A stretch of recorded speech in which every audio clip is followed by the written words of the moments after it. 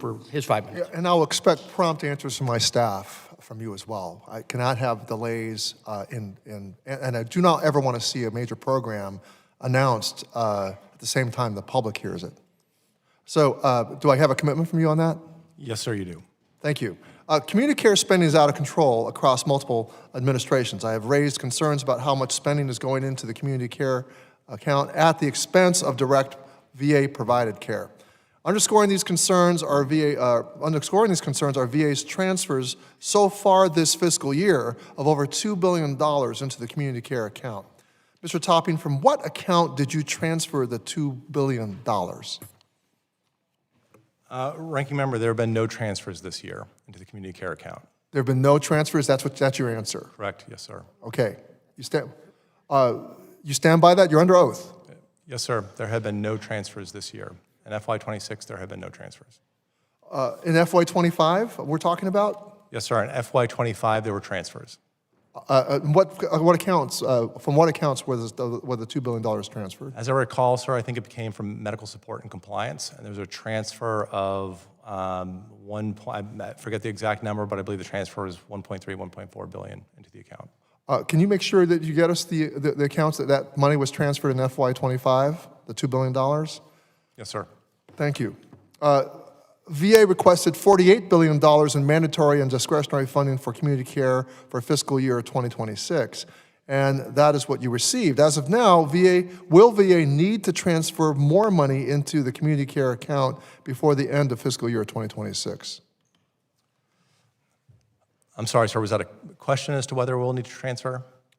As of right now, will VA need to transfer more money into the community care account before the end of this fiscal year of 2026?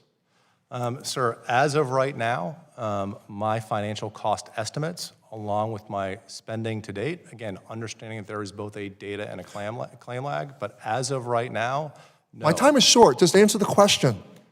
Sir, as of right now, my data does not show that. Okay, so the answer is no. You will not. You are telling me that you do not need to. That you're saying you have sufficient funding from your $48 billion FY 2026 appropriation, and you don't plan to ask for any more money. Is that right? Representative, as of right now, my appropriation for FY 26. It's a simple question, yes or no? Sir, my appropriation is $50.174 billion, $206 million. That's the appropriation, and sir, that is the budget that I am managing to. Well, I asked you about the $48 billion FY 2026 appropriation to the community care account. You don't plan to ask for any more money than that?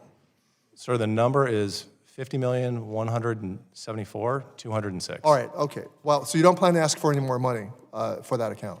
No, sir. At this time, my data does not show that I will need to do that, and no, I do not, sir. Okay, well, Ms. Skolrud, contractors are required to self-report conflicts of interest even though many insurers own clinics and provider networks. How will VA independently detect and prevent contractors from steering veterans to affiliated providers for profit? Thank you very much for that question.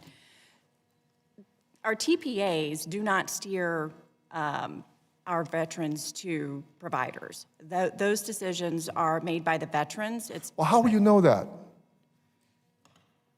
You just claim that our TPAs don't do that, but how is VA going to hold our TPAs accountable?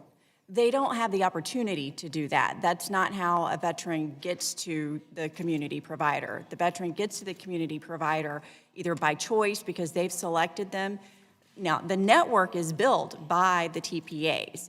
That we control via our credentialing process, our accreditation process, and our assessment of the provider's quality So you're going to represent to me in this committee that every clinic, every provider, is not owned by the TPA?